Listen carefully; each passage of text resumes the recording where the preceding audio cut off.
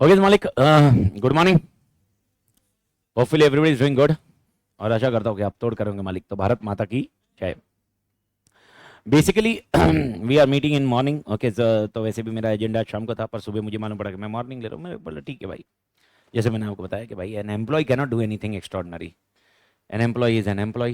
Okay, need to focus on. और सुबह प्रशांत sir ने कहा, मैं बोला भाई करना पड़ेगा। मैं बोला ठीक है सर। मैं सर को, सर ने बोला सुबह लेगा। मैं बोला क्या सर, पूछ रहे हो या बोल रहे हो? तो सर ने बोला बोल रहा हूँ। मैं बोला फिर ठीक है, फिर क्या है डिस्कशन क्या करें? तो फिर मैं बोला यार अभी सुबह सुबह आपको मैं मेरी शक्ल दिखाऊँ कि नहीं दिखाऊँ, ये बहुत बड़ा सवाल था। लेकिन सोगा ने मुझे मजबूर कर दिया। सोगा ने मेरे ऊपर एक मजबूरी डाल दी कि भाई नहीं यार, शक्ल तो दिखानी पड़ेगी। और शक्ल दिखाने में आ गया सोगा को लेकर। इंडियन कॉन्ट्रैक्ट एक्ट अपन ने खत्म किया। मैंने आपको ऑलरेडी, मतलब जो अपना एक्ट है, अभी स्पेशल लॉ है वो अलग इशू है, लेकिन एक एक्ट का कॉन्टेक्स्ट है वो अपन कवर किए। ओके, अब सोगा भी वो स्पेशल लॉ जैसा एक लॉ था इंडियन कॉन्ट्रैक्ट एक्ट में 1930 के टाइम पे। ओके, 1929-30 के टाइम पे। ओके, समझ में आया। ओके भाई, we require a separate act for this all together, and they brought it SOGA. SOGA was extracted from Indian contract act. जैसे मैंने आपको बताया 76 सेक्शन से 123 तक नहीं है अभी, 122 123 वाला पॉइंट। तो वो सेक्शन किसके थे? सोगा के। वो सोगा के सेक्शन अभी एक्सट्रैक्ट हो गए, इधर आ गए। और यहाँ पर अपन ऑलमोस्ट 60 सेक्शन तक आपका सिलेबस है। 60 से बाद एक 64A, वो एक अलग से सेक्शन मिलेगा आपको, एक सेपरेट सेक्शन रहेगा ऑल टुगेदर। तो टेक्निकली अपन मोटा मोटी 60 सेक्शन से डील करने वाले इस एक्ट में। 16 से 18 घंटे की कहानी है, अप्रोक्सीमेट टाइम लगता है। अप्रोक्सीमेट बोल रहा हूँ मैं, मतलब इट में अपन एक आध घंटा आगे पीछे, लेकिन 16 मतलब ऐसा 10 में नहीं होएगा और ऐसा भी नहीं होगा 25 जाएगा। तो 16 18 घंटे के रेंज का टॉपिक है। अच्छा टॉपिक है, कॉन्सेप्चुअल टॉपिक है। Fair enough to understand, because again a very difficult topic from many of them point of view. Questions are very challenging, not straightforward. Question, direct question आना बहुत मुश्किल है इसके अंदर। किस्मत रही तो एक खत क्वेश्चन आपको डायरेक्ट क्वेश्चन आएगा। वैसे सोगा के क्वेश्चंस कितने मैं आपको याद दिला दूं। अगर आपको याद होगा, सोगा के कॉन्टेक्स्ट में अपन ने जो डिस्कशन करना है कुछ इस तरह से आएगा। तो अगर आप देखोगे, सोगा को मैंने लाल कलर में किया हुआ है, लालम लाल। तो सोगा को जो लाल किया है, ओके, वो लाल किधर किधर हुआ है? 2A, 5A और 6C। ओके, ये वाले सोगा की कहानी, ओके, जो जारी है आपके लिए, वो 7 7 और 6 माह की जारी है। तो लेकिन एक चीज आपको थोड़ा सा analysis strategy point of view बता रहा हूँ। Okay, anyway I will be starting SOGA, but strategy point of view, जब मैं सोगा कर रहा हूँ और मेरे दिमाग में कि सोगा मुझे करना ही है, ओके, सोगा बहुत और डेफिनेटली तोड़ी होएगा, but strategy point of view, अगर मैंने निगोशिएबल किया तो निगोशिएबल के 2 क्वेश्चन मेरे कवर हो जाते हैं। ओके, 2 क्वेश्चन आए तो इसका मतलब क्वेश्चन 4 और क्वेश्चन 6 तो मुझे सॉल्व करना ही है, जिसमें एक सोगा आ जाता है। लेकिन फिर कहीं ना कहीं कोई एक क्वेश्चन तो छोड़ोगे आप। वैसे तो 2 भी छूटने वाले हैं, वो अलग इशू है। आई होप यू अंडरस्टूड मेरा जोक क्या था। ओके, बट लेकिन अगर एक क्वेश्चन छोड़ना ही है तो कौन सा छोड़ना है, इसके ऊपर स्ट्रैटेजी एक एटलीस्ट माइंडसेट से क्लियर होना चाहिए। तो फिर उस हिसाब से उस चैप्टर में आप एफर्ट्स कम करो। उस चैप्टर में आप थोड़ा सा रिलेटिवली एफर्ट्स कम डालो। वो चैप्टर का रिवीजन एक आध बार करो, ज्यादा मत करो, फ्रीक्वेंटली मत करो। इस तरह से प्लान आउट करिए। ओके, जैसे टू बी वेरी प्रिसाइज, अगर मैं सोगा कर रहा हूँ और मैं निगोशिएबल भी तोड़ कर रहा हूँ, देखो Indian contract act is like a master law which is there with everywhere. तो उसको तो कॉम्प्रोमाइज कर ही नहीं सकते। लेकिन अगर मैं सोगा भी कर रहा हूँ और निगोशिएबल भी कर रहा हूँ, तो मेरे को मालूम है कि ये क्वेश्चन अटेम्प्ट करना है, ये क्वेश्चन अटेम्प्ट करना है, ये करना है, ये करना है। I hope you understood something. तो एकदम क्लियर कट है कि अगर सोगा भी मैं अच्छे से कर रहा हूँ और निगोशिएबल भी अच्छे से कर रहा हूँ, तो क्वेश्चन 3 अटेम्प्ट नहीं करना है, खत्म। तो क्वेश्चन 3 में मेरे पास आता है partnership act, company act, ICA. लेकिन अगर इसके बाद, जैसे इस चैप्टर के बाद प्रोबेबली एक 21st 22nd जो भी डेट के बाद अपन कंपनी एक्ट चालू करेंगे, और कोई बोल रहा नहीं सर कंपनी एक्ट तो मैं तोड़ करने वाला हूँ। ओके, तो फिर आप टेक्निकली देखो 1 2 3, अब ये कॉन्फ्लिक्टिंग होगा। यानी सब सब पूरा सिलेबस आप कर रहे हो, जो स्ट्रैटेजी वाइज कुछ नहीं लगा रहे हो। तो जो मैं आपको बोला था हार्डवर्क का रिप्लेसमेंट नहीं है, पर हार्डवर्क तो करना ही है, पर स्मार्ट वर्क करना है। तो उसके केस में आप देखो कौन से चैप्टर्स को आपको क्या देना है। You are not required to attempt anyway. पहली बात तो 4 क्वेश्चन भी अटेम्प्ट नहीं इसमें, मतलब ये क्वेश्चन कंपलसरी है, इसमें से तो 4 क्वेश्चन भी अटेम्प्ट होना मुश्किल रहता है। लेकिन फिर भी मैं बोल रहा हूँ technically you can not go with an attitude that I will attempt all 4, and उसके हिसाब से आप इक्वली सब चीजें पढ़ोगे। मैं आपके स्टडी के लिए बता रहा हूँ, मेरे हिसाब से आप बोलोगे तो मैं सब इक्वली पढ़ाऊंगा। मेरे लिए तो कोई ऐसा ये नहीं है बहुत अच्छा पढ़ो, ये कोई अच्छा पढ़ो। अगर आपको कोई एक्ट में एग्जांपल कोई बोल रहा है नहीं सर निगोशिएबल इंस्ट्रूमेंट एक्ट ना 61 से 70 से घुस ही नहीं रहा है, मैं एजम्पशन बोल रहा हूँ, घुस ही नहीं रहा है, तो फिर ठीक है, तो एक आपको समझ में आ रहा है कि कौन सा एक क्वेश्चन को आप कौन सा रिस्क पे डाल सकते हो। लेकिन अगर आप ये रिस्क पे डालोगे तो इसमें आपको समझ में आ गया डायरेक्ट क्वेश्चन इधर आता है, फिर इधर जो अटेम्प्ट करना होगा केस स्टडी होगा। ये थोड़े से स्ट्रैटेजीज को है, तो एक बार सोगा हो जाता है, सोगा होने के बाद कंपनीज हो जाता है, फिर अपन एक स्ट्रैटेजी बनाते हैं, फिर पार्टनरशिप के साथ खेल खेल के। This is how the things need to be done. ICA के साथ तो खेल खेलना ही नहीं है, इंडियन कॉन्ट्रैक्ट एक्ट के साथ तो आपको स्टैग्नेंट ही रहना है, वो आपको तोड़ आना ही है, मतलब आना ही है। उसमें मैंने कहा बोला कौन से सेक्शन आप रिस्क ले सकते हो, टू कौन से वाले सेक्शन याद है, 210 से लेकर 240 तक उतना रिस्क लेना है, उतना 210 तक तो आपको भाई वैसे ही याद रखना जैसे 75 तक रखा है आपने। 210 के आगे का कहानी भी सेम, मतलब 125 से भी मैं आपको कहानी वैसे ही लेके जाने वाला हूँ, कोई अलग से कहानी नहीं लेके जाने वाला, सेम लॉजिक, बस इतना ही होगा। वो क्विकली सेक्शन है, क्योंकि हर सेक्शन यूनिट 4 आपको याद होगा शायद, सेक्शन आंसर सेक्शन आंसर, वैसे ही वो आगे के सेक्शन सब वैसे ही है, section answer section answer section answer खत्म। तो that is not a problem at all, but the problem is now whether you should invest in soga, you're investing in negotiable. Okay, I'm just explaining you from strategy point of view. Once I complete companies I will tell you, but right now okay, how much marks is soga? 20 774 सोगा भी आप strategically ऐसे, sorry 6776 सोगा भी नहीं, वो अभी क्या final से निकला, तो फाइनल का मतलब वो ऐसा, वो फाइनल में भी सिमिलर पैटर्न है ऑडिट में, पर उसमें आंसर है 554, तो वो 14 मार्क के क्वेश्चन है, उधर का कॉन्टेक्स्ट ऐसा है। ओके, इधर का क्वेश्चन 100 मार्क का सिलेबस है, उधर 70 मार्क का है, क्योंकि M30 मार्क्स MCQ, तो वो थोड़ा सा उसकी वजह से वो एक्सट्रैक्टिंग वैसे पॉइंट है। तो सर सीन ऐसा है, तो मैं आपको ये बता रहा था कि सोगा जो 20 मार्क्स है सोगा का कॉन्टेक्स्ट है, सोगा रिलेटिवली बेटर ही है, बट सोगा में सारे के सारे केस स्टडीज है। अब सोगा में पैटर्न ये यूज कर सकते हैं अपन, ओके, अपन जब सॉल्व करें सोगा का पूरा क्वेश्चन एक साथ में भी सॉल्व कर सकते हैं, ओके, वो पैटर्न से, ओके, जैसे अपन ने निगोशिएबल का देखा कि भाई ये क्वेश्चन फिक्स्ड है, सोगा में भी आपको एमटीपी और इसमें फिक्स मिलेगा। कंपनी एक्ट और इंडियन कॉन्ट्रैक्ट एक्ट को इन्होंने शफल कर दिया एमटीपी वगैरह में, एग्जाम के पैटर्न ठीक है, पर सोगा में अगर ये अप्रोच रखेंगे तो थोड़ा चैलेंजिंग टास्क होगा, क्योंकि सोगा का सिलेबस बड़ा है। ओके, 18 घंटे के बाद 16-18 घंटे के बाद आप पूरा क्वेश्चन, मतलब एक 15-16 घंटे के बाद आप पूरा क्वेश्चन बैंक करोगे एक साथ में, लॉजिक नहीं बैठेगा। तो इसीलिए सोगा में अपन यूनिट वाइज, और जैसे अपन जा रहे थे इंडियन कॉन्ट्रैक्ट में वैसे ही थोड़ा सा फ्लो रखेंगे, तो क्वेश्चन अपन जैसे जैसे कुछ कॉन्सेप्ट आएगा मैं क्वेश्चन दूंगा, कुछ क्वेश्चन मेरे को कंफ्यूजिंग करने हैं तो मैं उसको पेंडिंग रखूंगा और एक साथ में उसको कवर करेंगे और लास्ट में उसको डम करेंगे। सोगा के लिए सबसे पहले शुरुआत सेल्स ऑफ गुड्स एक्ट होता है, ओके, सोगा का शुरुआत, ओके, जो आपका पेज नंबर अगर देखोगे 11.1, इस एक्ट में थियोरिटिकल कंटेंट मैंने लिखने में कम लगाया, क्योंकि इसकी थियरी ना चोमू थियरी है, चोमू थियरी, जैसे आपने यूनिट 4 लिखा है, मालूम ना, आंसर स्ट्रेट फॉरवर्ड आंसर है, तो जो चोमू थियरी उसमें ज्यादा मैंने सिर्फ ओफू के लिए रखा है, और कुछ चीजें मुझे लिखवानी है, तो इधर जो ब्लैंक पेज हो गया उसमें मैं आपको एक स्ट्रक्चर बोलूंगा लिखने के लिए, तो उधर आपको वो लिखने के ऊपर थोड़ा सा ध्यान रखना पड़ेगा, जैसे जैसे मैं बताऊंगा। और कुछ अगर लिखना रहा मेरे, मतलब जैसे अपन कुछ पॉइंट रहा तो मैं स्क्रीन पे लिखूंगा ही, और ये शीट मैं आपको शेयर करूंगा और मैं आपको बोलूंगा उसके पीछे नोट कर लेना। हर टाइम जरूरत नहीं है, पर आपको एक्टिव रहने की जरूरत है, एक्टिव नहीं रहोगे तो मतलब दिक्कत आ जाएगी। सबसे पहला दिमाग में याद रखो, SOGA is an extract of Indian contract act, SOGA is an extract of Indian contract act. SOGA आया 1930 में, इंडियन कॉन्ट्रैक्ट एक्ट कौन सा ईयर का था? 1872। सोगा में जो जो डेफिनेशन दिए वो डेफिनेशन सोगा के लेंगे, सोगा में जो जो डेफिनेशन दिए वो सोगा के लेंगे, लेकिन अगर सोगा में कोई वर्ड यूज किया है और उसका डेफिनेशन सोगा में नहीं है तो कौन सा डेफिनेशन लिया जाएगा? इंडियन कॉन्ट्रैक्ट एक्ट का। तो अगर सोगा में, अभी जैसे एग्जांपल सोगा में यूज किया है कि भाई ये जो भी बायर है और सेलर है ऑफर होना चाहिए, एक्सेप्टेंस होना चाहिए। अब सोगा में ऑफर एक्सेप्टेंस क्या है डिफाइन नहीं किया है, तो वो कौन सा लेते हैं? Indian contract act. तो ये एक लाइन समझने के लिए, इसका कोई तेरे एग्जामिनेशन में दुनियादारी तक लेना देना नहीं है, लेकिन मैं तेरे को समझा के रख रहा हूं, ओके, क्योंकि ये इंटर में जाने के बाद आपको कंपनीज एक्ट में ऐसे होने वाला है कि सारे डेफिनेशन इधर है, कुछ डेफिनेशन नहीं मिले तो कहां से लेना है, वो बताया हुआ है। सर सोगा में सेल्स ऑफ गुड्स एक्ट है, तो इसमें दो चीजें आपके दिमाग में आनी चाहिए, पहला आना चाहिए सेल, दूसरा आना चाहिए गुड्स। तो सबसे पहला मेरा क्वेश्चन आता है गुड्स मतलब क्या? गुड्स मतलब कौन से गुड्स, मतलब कौन से गुड्स, मूवेबल या इमूवेबल?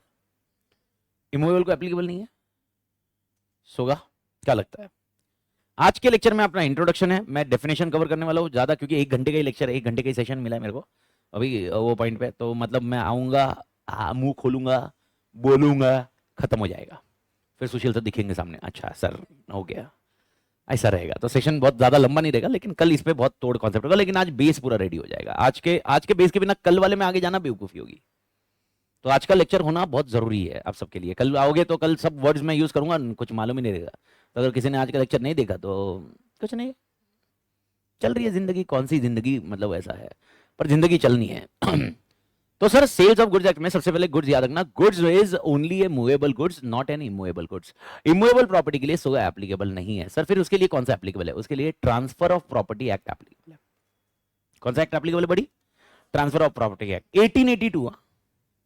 ओके अपना सिलेबस नहीं है, पर ट्रांसफर ऑफ प्रॉपर्टी एक्ट। तो अगर ये प्रॉपर्टी मैं विनोद सर से खरीद रहा हूं क्या ये सेल है? हाँ या ना? आवाज नहीं आ रही है, भूले नहीं हो ना मेरे को? ठीक है, भूल गए होगे तो बता दो, मैं याद दिलाने के लिए ताकत रखता हूं, क्योंकि कल हो, अभी भी गर्म है। तो भाई साहब नहीं, कल इधर से जाने के बाद घर पे गर्म हुआ, रितिका पे वो बहुत, क्योंकि वो सीक्वेंस है ना, it's a ripple effect. Automatically कुछ कारणवश वो अपने सटकती रहती, फिर वो अल्टीमेटली पूरा हुआ। लास्ट में बीवी से मार मतलब ये अलग इश्यू है, बट वो रिपल इफेक्ट का पॉइंट है। तो भाई और बहनों टेक्निकली मेरे को बताइए, गुड्स मतलब इमूवेबल गुड्स होते हैं कि इमूवेबल प्रॉपर्टी भी गुड्स मानी गई है, लेकिन सोगा में वो गुड्स माना नहीं गया। पर लेकिन मेरे को बताओ, क्या ये प्रॉपर्टी भी तो सेल ही है ना? तो क्या मैं बायर हूं? क्या विनोद सर सेलर है? तो फिर सोगा क्यों नहीं आ रहा है? क्योंकि सोगा क्या बोलता है? It is applicable to movable goods. अब मेरे को बताओ, ओके क्रॉप्स उगाने वाले, आई होप क्रॉप्स उगाने वाले मालूम ही होगा आपको। क्रॉप्स गेहूं उगाया, शुगर केन, ओके जी उगाया, ओके इसको बेचने का कॉन्ट्रैक्ट लिया, क्या ये सोगा में आएगा? ये क्रॉप्स उगे हुए, अभी तक उगे हुए, कटे नहीं है, ओके कटे नहीं, अभी हुआ है, ओके। तो मेरे को बताओ, क्या ये सोगा में आएगा? क्या ये मूवेबल है या मूवेबल है? याद रखना, मूवेबल में वो डेफिनेशन में उन्होंने वो कवर किया हुआ है, एनीथिंग जो प्रॉपर्टी मतलब जो अर्थ से अपन सेपरेट करेंगे और उसको सेपरेटली बेचेंगे, उसको हम मूवेबल बोलेंगे। तो टेक्निकली अगर मैं झाड़ की बात कर रहा हूँ, झाड़ काटने के बाद लकड़ियां बेच रहा हूँ, क्या ये भी मूवेबल में आएगा? यस। लेकिन मैं जमीन बेच रहा हूँ, सोगा नहीं आएगा। मैं प्रॉपर्टी बेच रहा हूँ, मैं घर वर बेच रहा हूँ, सोगा में नहीं आएगा। तो पहला दिमाग में क्लियर रखना, ओके ये ट्विस्ट एंड टर्न है एकदम, ओके दिमाग में क्लियर रखना, SOGA is not applicable to which properties? Immovable. तो SOGA is applicable to movable, ठीक है। सोगा को नाम दो, क्योंकि आपका इंडियन कॉन्ट्रैक्ट एक्ट हो चुका है, we have already discussed Indian contract act, तो we are already aware there should be a contract. तो my question, do you think sale is also a contract? Everybody agree और not? तो sale is also a contract. तो क्या मैं ऐसा बोल सकता हूं कॉन्ट्रैक्ट ऑफ सेल? अगर मैं ये बोल रहा हूं SOGA is applicable to contract of sale, okay SOGA is applicable to, तो अब पहले ना कॉन्ट्रैक्ट ऑफ सेल जो मैं समझा रहा हूं अभी, पूरी शिद्दत से समझ लो। मैं आपको बता रहा हूं, पहले चैप्टर का आधा काम खत्म हो जाएगा। और यार टोटल कितने यूनिट है? 4। यूनिट 1 ओके बेसिक डेफिनेशन है, और सेक्शन 10 तक रोल प्ले करेगा, 10 सेक्शन तक रोल प्ले करेगा, ओके सोगा के लिए बहुत अच्छे सेक्शन है। थोड़ा सा इंडियन कॉन्ट्रैक्ट का यूनिट 4 का भी जिक्र आएगा। यूनिट 2 कंडीशन एंड वारंटीज, मैं गुड्स लेके आया, बाद में कुछ खराब मिला, क्या मैं इसको रिटर्न कर सकता हूं? क्या रिटर्न करके नया ले सकता हूं या रिपेयर करेगा? डिपेंड्स, कंडीशन दी है, वारंटी दी है, ये सब डिस्कशन यूनिट 2 में जाएगा। ओके यूनिट 3 ओके यूनिट 4 जो इंडियन कॉन्ट्रैक्ट का है वो कहानी परफॉर्मेंस वाली कहानी, और यूनिट 4 अनपेड सेलर, क्या नाम दिया मैंने? अनपेड सेलर क्या लगता है? अनपेड सेलर मतलब कौन? नाम दिया English, unpaid seller is the English word which is very known to everyone. तो what is the meaning of unpaid seller? Creditor editor accounting में मत घुसो, जनरल बोलो। अनपेड सेलर एक ऐसा सेलर जो अनपेड सेलर मतलब, अच्छा मैं गुड्स लेके आया, किस पे लेके आया? क्रेडिट पे, okay I hope everybody clear. मैंने उसको पेमेंट किया, क्या मैंने उसको बोला 15 दिन बाद करेगा, कौन सा पहले दिन से अनपेड है क्या? 15 दिन के बाद नहीं किया तो अनपेड। तो उसके क्या अधिकार है? उसके पास क्या राइट्स है? वो क्या कर सकता है? क्या वो गुड्स वापस लेके जा सकता है? क्या गुड्स लीन, क्या अच्छा लीन रख के खाली क्या उखाड़ लेगा? क्या करना चाहिए उसको? राइट टू सेल, ये भी तो ऑप्शन, राइट टू सेल नहीं बोलेंगे, राइट टू रीसेल, क्योंकि ऑलरेडी वो बेच चुका है, उससे पैसे नहीं आ रहे। तो ऐसे ही यूनिट 4 देगा। तो 4 यूनिट याद रखिए। तो पहला unit definition basics, second unit condition warranty, third unit performance, fourth unit unpaid seller. Is the point clear buddy? Okay तो 4 यूनिट है, 4 यूनिट की अपनी अपनी औकात है, 4 यूनिट का अपना अपना कॉन्टेक्स्ट है। सर कौन सा यूनिट इंपॉर्टेंट है, कौन सा यूनिट इंपॉर्टेंट नहीं है? सारी यूनिट इंपॉर्टेंट है, बात खत्म। अगर सोगा करना तो पूरा यूनिट इंपॉर्टेंट है, क्योंकि कोई भी इंडिविजुअली नहीं समझेगा। पर यूनिट 1 का जो बेसिक अंडरस्टैंडिंग है उस पर बात करते हैं, कॉन्ट्रैक्ट ऑफ सेल। तो सबका ध्यान स्क्रीन पे, मैं क्या समझा रहा हूं समझ लीजिए। ओके एकदम आराम से। Contract of sale, okay contract of sale, हम लोग सेल को डिफाइन कर रहे हैं। किसको डिफाइन कर रहे हैं? तो सेल मतलब क्या होता है? एक कॉन्ट्रैक्ट होता है, एक क्या होता है? कॉन्ट्रैक्ट। एक कॉन्ट्रैक्ट होता है, कॉन्ट्रैक्ट ऑफ सेल होता है सर किसका? Of goods. Contract of sale of goods. तो हम क्या सर सोगा का सेल को डिफाइन कर रहा हूं मैं, सिंपल सा पॉइंट। तो contract of sale of goods okay is a contract. क्या कॉन्ट्रैक्ट है ये? Is a contract. सर ये कॉन्ट्रैक्ट किस में है? तो किस में है वो बाद में देखेंगे, पर करता क्या है? Is a contract where by okay seller transfer और एग्री टू ट्रांसफर। शब्द शब्द को पकड़ो। सबसे पहला point, what is the contract of sale? Contract of sale को डिफाइन करो। Contract of sale of good is contract where by. पहली पार्टी समझ में आई? तो पहली पार्टी को नाम क्या दोगे? सेलर। आप बोलोगे सर चोमू आंसर है। चोमू नहीं है, तेरा लेके लेगा ये, तेरा अगला आइटम ले सकता है, इसीलिए शिद्दत से। Okay seller where by seller okay क्या करता है? ट्रांसफर और एग्री टू ट्रांसफर। ओके यानी दो चीजें, या तो ट्रांसफर करता है या एग्री करता है ट्रांसफर करना है। इसमें आप मेरे को समझाओगे क्या होता है ये, बट पहला एक बार रेडी करते डेफिनेशन पूरा। वेयर बाय सेलर और ट्रांसफर और agrees to transfer. Okay sir क्या क्या क्या ट्रांसफर करेगा? गुड्स तो ऊपर आ गया है, गुड्स नहीं, गुड्स का ओके द प्रॉपर्टी। ओके क्या बोलेगा? Property of goods. गुड्स नहीं क्या? Property of goods. अब ये प्रॉपर्टी मतलब क्या है? ये प्रॉपर्टी इमूवेबल प्रॉपर्टी? नहीं, प्रॉपर्टी मतलब एक डेफिनेशन है। डेफिनेशन करने के लिए तो मैं डेफिनेशन करवा रहा हूं। ओके तो प्रॉपर्टी ऑफ गुड्स सर किसको देता है? गुड्स किसको देगा ये प्रॉपर्टी ऑफ गुड्स? टू, अरे बोलना रे, बायर। ओके फुकट देगा क्या? Okay for a price. बहुत सारे डेफिनेशन इसमें से निकलेंगे। ओके और पूरा डेफिनेशन अपन इसमें से क्लोज करेंगे। सबसे पहला मेरे को बताइए कॉन्ट्रैक्ट ऑफ सेल क्या है? डिफाइन करिए, पहले इसको रटिए। ये सेक्शन 4 है, 4 अच्छे से आना चाहिए मेरे को पहले, फिर मैं डेफिनेशन में घुसता हूं। तो सेक्शन 4 क्या बोलता है? कॉन्ट्रैक्ट ऑफ सेल को डिफाइन किया है। सेक्शन 4 कॉन्ट्रैक्ट ऑफ सेल को डिफाइन किया है। तो contract of sale is a okay of goods is a contract where by seller agrees okay seller transfer और agrees to transfer the property of goods to buyer for a price. Okay सबसे पहला शिद्दत, सबसे पहला point. Okay मेरा question ये आता है, इसमें से कुछ वर्ड ले रहा हूं सर। सबसे पहला क्वेश्चन है ये गुड्स मतलब कौन से गुड्स? सबसे पहला मेरा डेफिनेशन गुड्स पे आता है। सर कौन से गुड्स? मूवेबल। तो एनी गुड्स इज मूवेबल। तो मूवेबल गुड्स कैसे डिफाइन करोगे? अच्छा मेरे को बताओ, can tangible goods be sold? अच्छा what is a tangible intangible? which can be seen and touched, felt. Intangible which cannot be sold. Okay, I hope everybody clear. तो मेरे को बताओ, अगर मैंने ये फर्नीचर तुम्हें बेचा, क्या ये गुड्स माना जाएगा? ओके क्रॉप्स मैंने बेचे, क्या ये गुड्स माना जाएगा? तरबूज बेचा, क्या ये गुड्स माना जाएगा? सफरचंद बेचा, एप्पल सफरचंद बेचा, टर्की वाला नहीं, दूसरी जगह, क्या ये गुड्स माना जाएगा? अब मेरा क्वेश्चन है, मैंने अपने फर्म का गुडविल बेचा। गुडविल समझ में आ रहा है? अरे भूलना नहीं चाहिए, गुडविल बेच सकते अपन। मैं आगे काम नहीं करूंगा, agreement in restraint of trade, मैंने तुम्हें मैं ये फर्म का गुडविल बेच दिया, क्या ये गुड्स माना जाएगा? मैं गुड्स पे हूं, समझ में आ रहा ना? मैं इसमें से सब डेफिनेशन निकालूंगा, इसको पूरा क्लोज करो।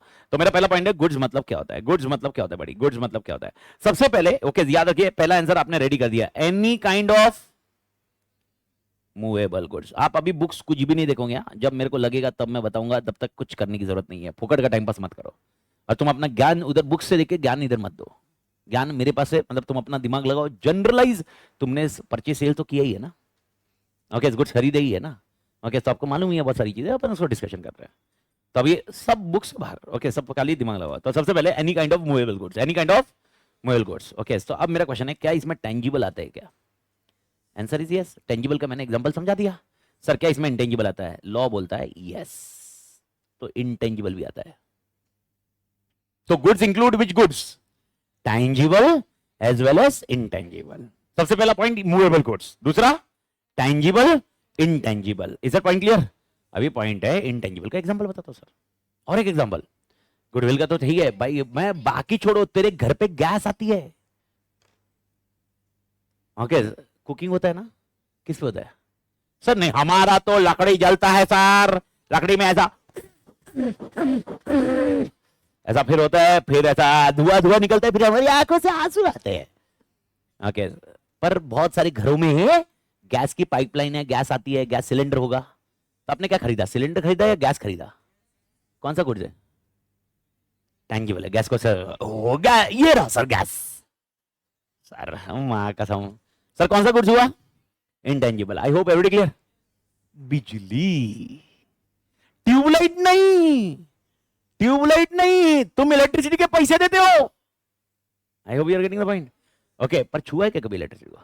छुआ तो अगला जन्म आ जाएगा, अगर छूने की हिम्मत नहीं है सर। आई होप एवरीबॉडी क्लियर। तो मेरे को बताओ कौन सा गुड्स है, टैंजिबल या इंटेंजिबल? इंटेंजिबल। गैस हो गया, इलेक्ट्रिसिटी हो गया, पर पैसे देते हैं ना अपन। मैं वापस बोल रहा हूं सर, ये लाइट है ना सर, ये लाइट है, अरे लाइट ये टैंजिबल है, ये ट्यूबलाइट है, पर इसके अंदर जो आ रहा है वो क्या है? इलेक्ट्रिसिटी। क्या इसके लिए भी गुड्स है? यस। तो इलेक्ट्रिसिटी वाले के साथ भी अगर कुछ होता है, मैं सोगा यूज कर सकता हूं। कुछ समझ में आ रहा है? तो पहला पॉइंट दिमाग में डालो, ओके। कौन से गुड्स? नहीं, पहला पहला पहला पहला ये पहला any kind of movable goods. Second tangible intangible. क्या इंटेंजिबल क्लियर है अभी? पक्का? ओके, गैस हो गया, स्टीम हो गया, इलेक्ट्रिसिटी हो गई, ये सब इंटेंजिबल गुड्स के कैटेगरी में आते हैं। इवन गुडविल का कॉन्टेक्स्ट, ओके, ये इंटेंजिबल चीजों में आती है, पर उसके अंदर गुडविल के अंदर सपोज ये मैंने प्रॉपर्टी बेची होगी तो नहीं आएगा, क्योंकि property is not covered by SOGA. तो आपको उसके अंदर क्या कवरेज है क्या नहीं है उसको देखना है। Is that point clear? क्या हो गया भाई, कुछ हंस रहे क्या? हाँ बड़ी हंसा नहीं, तो रेड के पीछे वाला वो हंस रहा नहीं, तेरे बीच में मतलब ये बंडर कुछ, मैं नाम भूल गया, नंदन, नंदन भाई क्यों कुछ ऐसा तुम पूरे सबको हंसा रहे हो, मतलब ऐसा मेरे को भी हंसा दो सर। एक दुखी इंसान को हंसाना भी एक पुण्य का काम होता है सर। वो पुण्य मतलब भगवान देखता है, फिर मैं भगवान को दुआ करूंगा नंदन भाई को नंदन दो, नंदन मतलब ओके। तो तोड़ मालिक बेसिकली ये कॉन्सेप्ट ऑफ टेंजिबल इंटेंजिबल होने के बाद एक एक्ट बोलता है अदर देन, ओके। यानी नीचे जो मैं 2 पॉइंट बता रहा हूं ये कभी भी गुड्स में नहीं आएंगे सर। क्या से नहीं गुड्स में आएगा? Other than actionable claim. Actionable claim sir, what is meaning of actionable claim? Debtors. क्या डेटर्स बेचे जाते हैं? We have discuss this. इसको अपन क्या बोलते हैं? असाइनमेंट।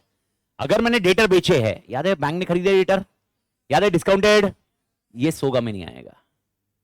तो सर फिर वो डेटर वेटर का कॉन्ट्रैक्ट में कुछ इश्यू आया तो इंडियन कॉन्ट्रैक्ट एक्ट, सोगा में लेना है आपको। ये एक्शनेबल क्लेम नहीं है, एक्शनेबल क्लेम है, इसको हम गुड्स मानेंगे नहीं। क्यों सर? जो वापस है लीगली एनफोर्सेबल, लीगली इसके अगेंस्ट पैसा ले सकते हो, तो क्या है डेटर, इसको क्या गुड्स मानने का। एंड दूसरा सिनेरियो, ओके, मनी। ये मनी भी ओके इसके अंदर नहीं आते हैं, तो मनी का भी कॉन्टेक्स्ट ओके गुड्स में नहीं आएगा। Money is also not a goods, money is also not a goods. तो मेरा क्वेश्चन है गुड को डिफाइन करो। गुड्स मीन्स, कान खुले, every kind of movable property. Goods means वापस है every kind of movable property except, नहीं एक्सेप्ट टेंजिबल, जहर दे दो मेरे को, except actionable claim and money. Is that point clear? पक्का? एंड इट में इंक्लूड स्टॉक, शेयर्स, जो जो आपको डालना है, and it can include tangible also, intangible. मैंने सब एग्जांपल दे दी। अच्छा, can it include crops also? The crops which are attached to the land also, the trees which are attached to the land also, which may be cut and be separated from the earth and will be sold of.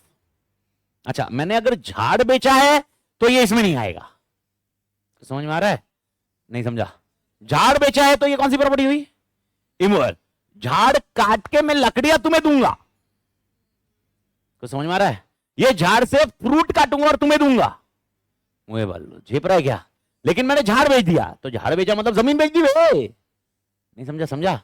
तो हम जब इधर बोल रहे हैं तो anything which will be removed from the earth and will be sold, anything which will be removed from the earth which will be sold. Bharat माता की झिपिंग बड़ी, ठीक है। तो पहला पॉइंट हो गया goods.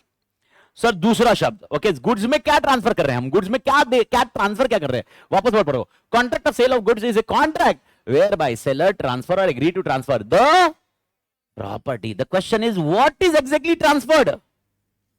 Property means what? Ownership, possession नहीं। अगर पोजीशन ट्रांसफर हो रहा है तो उसको क्या बोलेंगे? बेलमेंट। Perfect, bailment. याद आया? प्रशांत सर मेरी गाड़ी लेके गए, क्या हुआ? बेलमेंट। ओके, समझ में आया? तो यहां पर प्रॉपर्टी मतलब कौन सी प्रॉपर्टी? मतलब क्या? ओनरशिप। तो कोई भी इधर जब सोगा यूज करेंगे ओनरशिप शब्द यूज नहीं करेगा। जब मैं बोलूंगा गुड्स में क्या दी जा रही है, ओनरशिप नहीं, प्रॉपर्टी, क्योंकि प्रॉपर्टी मतलब ओनरशिप। सर पोजीशन मैटर नहीं करता, पोजीशन सेकेंड इश्यू है, यहां पर प्रॉपर्टी जब ट्रांसफर हुई वो डिस्कशन है। यूनिट 3 में तो सबसे बड़ा मर्डर इसी चीज का है। भाई साहब मेरे गोडाउन में गुड्स रखे हुए थे, तेरे साथ मैंने कॉन्ट्रैक्ट कर लिया, मैं बोला, तू बोला ये मेरे गुड्स है, अपना कॉन्ट्रैक्ट हुआ, ओके, तूने डिलीवरी नहीं उठाई, गुड्स में आग लग गई, किसका नुकसान? कुछ समझ में आ रहा है? सबसे बड़ा ब्लंडर, बायर का नुकसान। क्यों बायर का नुकसान? ओनरशिप। ओनरशिप वर्ड नहीं, प्रॉपर्टीज विथ बायर। तो मेरे को बताओ रिस्क किसका गुड्स में? हाँ, जिसके पास प्रॉपर्टी है, जिसके पास। तो मेरे को बताओ, I hope you are getting the point. तो in SOGA risk transfer along with property, तो जिसकी प्रॉपर्टी उसका रिस्क। ओके, अब देखो कितना कितना कितना सटीक है, कितना कॉमन एग्जांपल है, कितना अंडरस्टैंडिंग पॉइंट होगा। अच्छा, सेल्स ऑन अप्रूवल पता है क्या आपका? सुना है कभी sales on approval? What is the sales on approval? पसंद आया तो रख लेंगे और नहीं आया तो यूजुअली आप इमेजिन करो मेरा टीवी लेके गए आप सेल्स ऑन अप्रूवल बेसिस पे 15 दिन। 15 दिन मतलब क्या है? अंडरस्टैंडिंग बोलो आप। मैं टीवी बेचने वाला हूं, टीवी बेचने वाला समझ रहे? टीवी बेचने वाला हूं मैं, मेरी शॉप है, आप मेरे को आके बोले भाई ये टीवी पसंद आ रहा है लेकिन मेरे को कंफर्म नहीं है मेरे घर पे कैसा दिखेगा, क्या होगा क्या नहीं होगा। मैं बोला सर एक काम करिए, ऑफर है, आप घर पे लेके जाइए, 15 दिन में पसंद नहीं आया टीवी वापस लाइए, पैसे लेके जाइए, या पैसे बाद में दीजिए, जो भी है 15 दिन के बाद बात करेंगे। कुछ समझ में आया? ये कौन सा है? सेल ऑन अप्रूवल, यानी अप्रूव हुआ तो सेल होगा, अप्रूव नहीं हुआ तो नहीं हुआ। तो मेरे को बताओ प्रॉपर्टी कब ट्रांसफर होगी? तो इमेजिन करो 15 दिन हुए, 15 दिन 15 दिन 15 दिन 15 दिन, सुन छठे दिन तो बोलता है मेरे को गुड्स नहीं चाहिए। प्रॉपर्टी किसकी? बायर की। मां कसम बोल रहा हूं सुन नहीं रहे हो तुम, किसकी है? पक्का? क्योंकि बायर ने मना कर दिया ना। समझ में आया? 10वें दिन बायर बोलता है मेरे को पसंद आ गया, प्रॉपर्टी कौन से दिन से? 10वें दिन से। 10वें दिन के पहले किसकी? सेलर की। दिमाग चल रहा है? 15 दिन के बाद बायर कुछ बोल नहीं रहा है, दिन खत्म हो गया, बायर की। समझ में आया? सर ये कहां पर लिखा है? ये या आप और मैं जनरलाइज डिस्कशन कर रहे हैं, लेकिन this is what has been written in act section 25, जो आपने अभी बोला मेरे को। सेक्शन 25 होगा, सेल्स ऑन अप्रूवल हो तो प्रॉपर्टी कैसे ट्रांसफर होगी, किसकी ट्रांसफर होगी, प्रॉपर्टी कब ट्रांसफर होगी। तो भाई बायर ने अगर एक्नॉलेज कर दिया मैं गुड्स ले रहा हूं, तो प्रॉपर्टी किसकी? बायर की। कब से? उस दिन एक्नॉलेज किया, उस दिन से। या दूसरा, 15 दिन खत्म हो गए, जितने दिन दिए थे, 15 दिन अपन ने बोले जितने दिन दिए थे, उसके बाद काम खत्म हो गया, उसके बाद उसने रिस्पॉन्ड भी नहीं किया, तो प्रॉपर्टी किसकी? बायर की, सेलर की नहीं। इसमें अभी सेल ऑन अप्रूवल, मट रिपी और रिटर्न, बहुत सारे फैक्टर्स है, लेकिन डिस्कशन पॉइंट अभी देखो इसमें कितना तोड़ चर्चा का विषय है। प्रॉपर्टी के ऊपर मैं कितना डिस्कशन कर सकता हूं ना, मां कसम बोल रहा हूं, मेरे को मतलब पूरा दिन भी दे तो प्रॉपर्टी खत्म नहीं होगी। इतना मेरा फेवरेट कॉन्सेप्ट है, मतलब मैं सोगा मेरा तोड़ फेवरेट है, मतलब वैसे है। तो इसका मतलब ये नहीं मैं बहुत ये पर लॉजिक में बता रहा हूं, प्रॉपर्टी इतना तोड़ कॉन्सेप्ट है। तुम इमेजिन करो सेल्स मेरे लेके गए, टीवी लेके गए 15 दिन, कितने दिन? 15 दिन। तुम घर पे लेके गए टीवी, भूकंप आया तीसरे दिन, भूकंप के अंदर ही टीवी गया, भोका पड़ गया तेरे घर के अंदर। समझ में आया क्या? टीवी गया, टीवी टूट गया, टीवी खराब हो गया, पैसा कौन भरेगा? पक्का? क्यों? प्रॉपर्टी किसकी है? सेक्शन 25। सेक्शन 25 बोलता है कि प्रॉपर्टी अभी तक ट्रांसफर नहीं हुई क्योंकि sales and goods on approval basis था। लॉजिक समझा? तो प्रॉपर्टी समझ में आ रहा है क्या? तो अपना सोगा में सबसे इंपॉर्टेंट चीज क्या है? Property. Okay, I hope property is very clear. तो जब भी मैं प्रॉपर्टी बोलूं तो दिमाग में क्या आना चाहिए? ओनरशिप। ओके, तो मेरे को बताओ गुड्स बेच कौन सकता है? जिसके पास ओनरशिप है, जिसके पास प्रॉपर्टी है। I hope everybody agree. लेकिन यहां पर आपको और 2 वर्ड में घुसना पड़ेगा, सुनिए आराम से। In SOGA we are concern with general property, not with special property. SOGA में हम जनरल प्रॉपर्टी की बात करते हैं, स्पेशल प्रॉपर्टी की बात नहीं हो रही है। Sir special property general property ये क्या होती है? कौन सी प्रॉपर्टी स्पेशल होती है, कौन सी? वही तो डिस्कस कर रहा हूं। Special property is not a part of property. तो जब भी मैं सोगा में यूज करूंगा वर्ड प्रॉपर्टी, कौन से वर्ड यूज कर रहे हैं अपन? जनरल। स्पेशल प्रॉपर्टी यूज नहीं कर रहे। अच्छा मेरे को पहले बताओ, ओनरशिप मतलब उसको अधिकार है बेचने का। तो मेरे को बताओ, अगर मेरे पास ये सोना है, ओके मेरे पास ये सोना है, क्या मैं ये बेच सकता हूं? क्योंकि प्रॉपर्टी किसकी है? मेरी है। लेकिन इमेजिन करो मैंने ये सोना गिरवी रख के मैंने लोन लिया, कुछ समझ में आया? तो मेरे को बता, बेचने का अधिकार तो मेरे को ही है, लेकिन बैंक ने बोला था तू अगर पैसे नहीं चुका पाया तो हम बेचेंगे। मेरा क्वेश्चन है, क्या बैंक बेच सकती है? कब? मैं पेमेंट नहीं किया तो, कभी मन किया तो उठ चुका, हाँ चलो बेचते हैं, ऐसा होएगा क्या? ओके तो इसीलिए उनके पास जनरल प्रॉपर्टी नहीं है, लेकिन स्पेशल प्रॉपर्टी कंडीशनल पे बेचा जा सकता है। इसको बोलते हैं कौन सी प्रॉपर्टी? स्पेशल। ये special property is not a discussion of property. तो जब भी सोगा में वर्ड प्रॉपर्टी मिलेगा, ये कौन सी प्रॉपर्टी डिस्कस करें? जनरल। जनरल मतलब समझा, जो पहला ओनर है, जिसके पास वो ओनरशिप है। Sir what is joint ownership है? डजंट मैटर, जॉइंट ओनरशिप में भी जॉइंट ओनरशिप है। सर क्या दोनों में से कोई भी बेच सकता है? अरे वो सब पॉइंट आएंगे ना डिस्कशन में, लेकिन मैं बता रहा हूं प्रॉपर्टी वर्ड आते ही दिमाग में कौन सी प्रॉपर्टी होनी चाहिए? बैंक ने बेचा तो वो कौन सी प्रॉपर्टी? स्पेशल। वो डिस्कशन में आएगा नहीं। तो जब भी मैं प्रॉपर्टी यूज करूंगा तो जनरल। बैंक ने बेचने पर उसको क्या बोलते हैं, कैसे होगा, कंटेक्स्ट क्या होगा, वो डिस्कशन अलग है, वो इसमें डालने का नहीं। तो भाई साहब मैंने गुड्स और प्रॉपर्टी वर्ड दोनों को डिस्कस किया। क्या ये गुड्स और प्रॉपर्टी क्लियर है सबके लिए?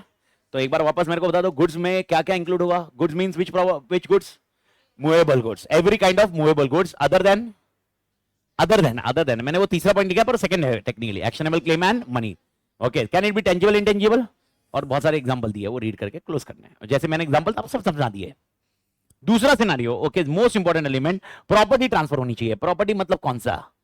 ओनरशिप। ओनरशिप में दो तरह की ओनरशिप होती है, एक होती है जनरल ओनरशिप, जनरल प्रॉपर्टी, एक होती है स्पेशल प्रॉपर्टी। सोगा में कौन सी प्रॉपर्टी कवर है? जनरल। जनरल प्रॉपर्टी मतलब जिसके पास एक्चुअली ओनरशिप है, वो कभी भी गुड्स बेच सकता है। स्पेशल प्रॉपर्टी में मतलब कुछ कंडीशन हुआ तो ही गुड्स बेच सकता है। जैसे एग्जांपल, स्पेशल प्रॉपर्टी का एग्जांपल समझा सबको? ठीक है। अब दो फेवरेट पॉइंट। सर कौन दो फेवरेट पॉइंट? मेरे को बताओ, दो पार्टी के नाम बताओ, बायर एंड सेलर। तो मेरे को बताओगे हु इज अ बायर? जो खरीदता है, और सेलर? इतना आसान है, आपको समझना होगा। फिर आपने देखा ही नहीं है, पढ़ा ही नहीं है पूरा। मैं इसीलिए वापस आपसे पूछ रहा हूं। मैं इतना पढ़ाने के बाद मैं बायर और सेलर आपसे पूछ रहा हूं, तो पढ़ो वापस और मेरे को बताओ बायर में कौन आएगा या सेलर में कौन आएगा। पूरा पूरा लाइन पढ़ो, उसके बाद एम्फेसाइज करो। मैंने कुछ चीज साथ में रखी है। नहीं, जिसके पास प्रॉपर्टी छोड़ दो, प्रॉपर्टी हो गई, यानी सेलर बायर को क्या देगा? Property in goods. ये समझा? प्रॉपर्टी इन गुड्स ये देगा, ये क्लियर है। ठीक है, मैं पूछ रहा हूं और कुछ है? Agrees to transfer. ट्रांसफर और एग्रीज टू ट्रांसफर मतलब कौन? ये पर्सन कौन है? सेलर कौन है? Seller is the person who sell और एग्री टू सेल। बड़ा कॉन्सेप्ट है। अगले साल मेरे खेती में अनार उगेंगे, आज मैं तेरे साथ कॉन्ट्रैक्ट कर रहा हूं, अगले साल जितने अनार उगेंगे तेरे को मैं बेचूंगा। मेरा क्वेश्चन है, क्या सोगा में मैं सेलर हूं?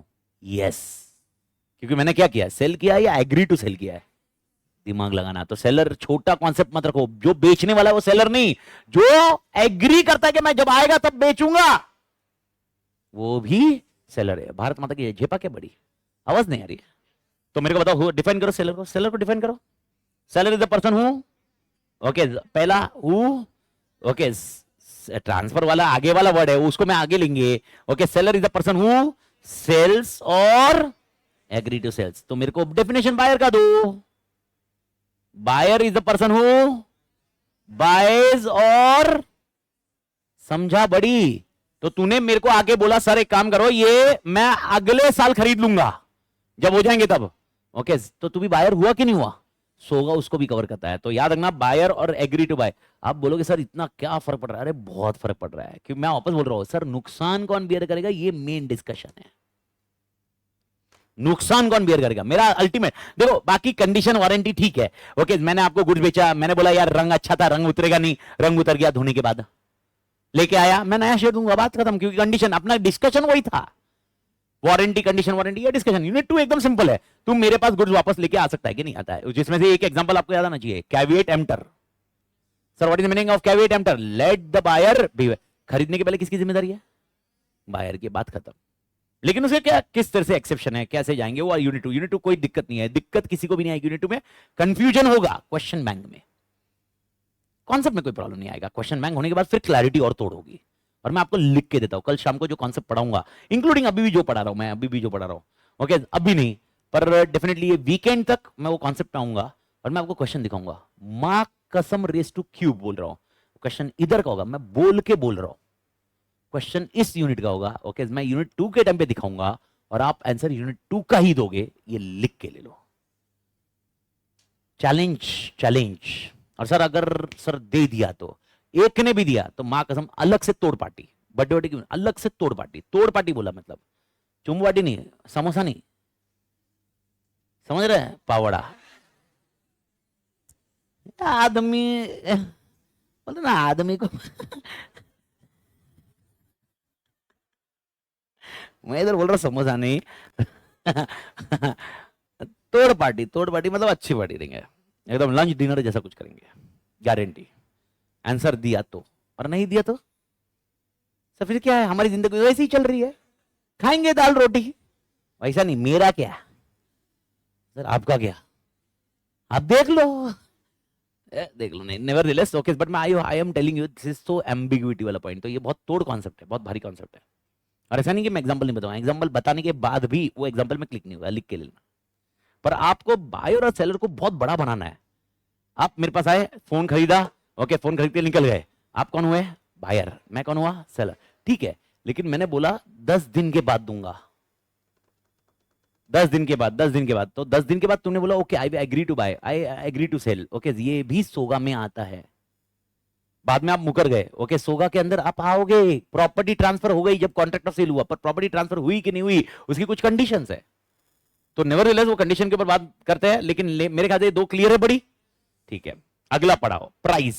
क्या प्राइस होना चाहिए क्या सर, व्हेन आई से प्राइस, प्राइस मतलब क्या, प्राइस मतलब क्या, मनी और मनी कंसीडरेशन, मनी या मनी, मनी के अलावा दूसरा कुछ भी चलेगा, ओनली मनी, ओनली मनी, पैसा चाहिए, यानी barter exchange is not covered under सोगा।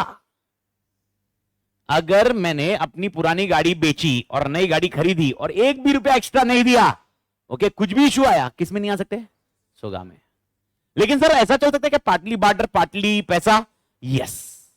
यानी एग्जांपल, मैंने पुरानी गाड़ी दी, 20 लाख की नई गाड़ी खरीदी, पुरानी गाड़ी 10 लाख की आई और 10 लाख रुपया मैंने कैश दिया, क्या मैं सोगा में कवर हो सकता हूं, यस। लेकिन मैंने 80 लाख की गाड़ी दे दी और 20 लाख की गाड़ी खरीदी और के कुछ नहीं था, कोई ट्रांजेक्शन नहीं, 20 लाख के सामने सामने सेटअप हुआ, क्या ये सोगा में कवर होगा, नहीं।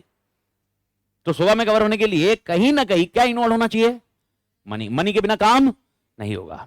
इज दैट पॉइंट क्लियर बड़ी, पक्का, ठीक है, ओके। ये वाला कॉन्टेक्स्ट, ये वाला झेपन है सब, ठीक है, ओके। तो अब देखो, अच्छा ट्रांसफर और एग्री टू ट्रांसफर समझ में आया, what is the difference between transfer, transfer मतलब अभी अभी, एग्री टू ट्रांसफर फ्यूचर। तो मेरे को बताओ, ओके फ्यूचर में क्यों कर रहे हो, ऐसा क्यों हो रहा है, अवेलेबल नहीं है। तो भाई साहब गुड्स का डेफिनेशन तो समझा, पर गुड्स कितने प्रकार के होते हैं, ओके तो गुड्स होते हैं, पहले दो दिमाग में डाल, एक होता है एग्जिस्टिंग गुड्स, कौन सा गुड्स बड़ी, समझा बड़ी, और दूसरा नाम बता, ओके फ्यूचर गुड्स। तो मेरे को बता, how should differentiate existing goods and future goods. अभी अभी ज्ञान मत छेपो, फॉर्मल आंसर दो। जब कॉन्ट्रैक्ट हुआ तब गुड्स एग्जिस्टेंस में, उसको कौन से गुड्स बोलते हैं, जब कॉन्ट्रैक्ट हुआ तब गुड्स एग्जिस्टेंस में, उसको क्या बोलेंगे, फ्यूचर गुड्स। समझ में आया, अगले साल जितने टमाटो उगाओगे मैं आपको बेचूंगा, future goods, okay tomato warehouse में पड़े आप ले लीजिए, एग्जिस्टिंग गुड्स। कुछ समझ में आ रहा है बड़ी, ओके। और एक गुड्स का नाम दिया हुआ है, okay that is called contingent goods. कौन सा गुड्स, कंटिंजेंट गुड्स, ओके। ये सेक्शन 5 सेक्शन 6 का कॉन्टेक्स्ट है, बट सेक्शन 6 का कॉन्टेक्स्ट है, पर इसमें अभी सेक्शन में मत घुसो, आप सब कॉन्सेप्चुअल आज का पूरा लेक्चर उसको उस वे से याद रखो। Sir what is the contingent goods, contingent word पहली बार नहीं आया है, कंटिंजेंट हो भी सकता है, तो गुड्स ये आ भी सकते हैं, नहीं भी आ सकते। टमाटर उगाऊंगा, उग भी सकता है, तो ये कौन से गुड्स हुए, तो फ्यूचर गुड्स मेरे पापा हुए। अगले साल टमाटर उगाऊंगा, ओके टमाटर उगाऊंगा, ये वाले उगे तो मैं तेरे को बेचूंगा, यही है ना, कौन सा गुड्स है ये, फ्यूचर या कंटिंजेंट, फ्यूचर, कंटिंजेंट गुड्स नहीं है, अभी बताया फ्यूचर गुड्स अपन ने हाँ किया, एग्री किया, तो कंटीजेंट गुड क्या है? मैं बेच सकता हूं गुड्स, मैं कौन? सेलर। कब बेच सकता हूं? जब मेरे पास ओनरशिप है, एक गुड्स मार्केट में अवेलेबल है, अगर मेरी ओनरशिप में आया तो मैं तुझे बेचूंगा। ओके एक पेंटिंग है मजनू भाई की, अब आई होप आपने देखी होगी, मजनू भाई की पेंटिंग देखी है, घोड़ा, घोड़े पे गधा, कितना बैलेंस ऑफ किया हुआ है, नहीं देखा ही नहीं है? अच्छा एक पेंटिंग आपने याद है मैंने बनाई थी एक क्लास में, पहाड़ी, हाथी, पेंटिंग, वो बहुत भारी पेंटिंग बनाई थी, ऐसे क्लासिक पेंटिंग है। अब वो पेंटिंग मेरी है, एज्यूम करो पेंटिंग मेरी है, एज्यूम क्या मतलब बनाई मैंने ही है तो मेरी है, और आपके साथ कॉन्ट्रैक्ट कर रहे हैं प्रशांत सर, आपने बोला वो मुझे वो पेंटिंग चाहिए अमित की, प्रशांत सर को बोल रहे हो, मेरे को नहीं बोल रहे हो, प्रशांत सर को बोला अमित की पेंटिंग बनाई हुई चाहिए, प्रशांत सर बोले ठीक है ओके कॉन्ट्रैक्ट करते हैं, अगर वो पेंटिंग मुझे मिल गई अमित से तो मैं आपको बेचूंगा। तो पहला बात कॉन्ट्रैक्ट ऑफ सेल है कि नहीं है या नहीं? ओके ट्रांसफर या agree to transfer? Agree to transfer, but which of which goods? Contingent goods. अगर प्रशांत सर को मिला तो कंटिंजेंट गुड, वो कंटिंजेंसी है, समझ में आया? नहीं मिला प्रशांत सर को, नहीं मिला वो फ्रेम या कुछ नहीं हुआ तो क्या होगा? कॉन्ट्रैक्ट होगा या नहीं होगा? नहीं होगा, कंटिंजेंट गुड्स। भारत माता की शिपिंग क्या बड़ी? तो मेरे भाई और बहनों कोई बताइए डिफरेंस कंटिंजेंट गुड और फ्यूचर गुड्स में डिफरेंस क्या फिर?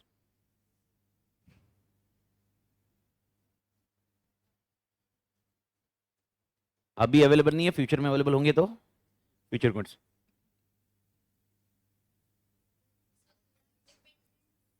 डिपेंडेंट होगा वो तो ठीक ही है, कंटिंजेंट है ही। कंटिंजेंट गुड्स किसी और के पास, तो वो लॉजिक समझा, पर कंटिंजेंट गुड्स अभी प्रेजेंट है पर सेलर के पास नहीं है। समझ में कुछ आया? नहीं समझा? There is a big difference between future goods and contingent goods. अगर सेलर के पास नहीं है पर गुड्स अभी भी है, जब हमारा कॉन्ट्रैक्ट हुआ तब गुड्स है कि नहीं है? है तो वैसे टेक्निकली देखा जाए एग्जिस्टिंग गुड्स, तो पर एग्जिस्टिंग गुड्स में ओनरशिप किसके पास होनी चाहिए?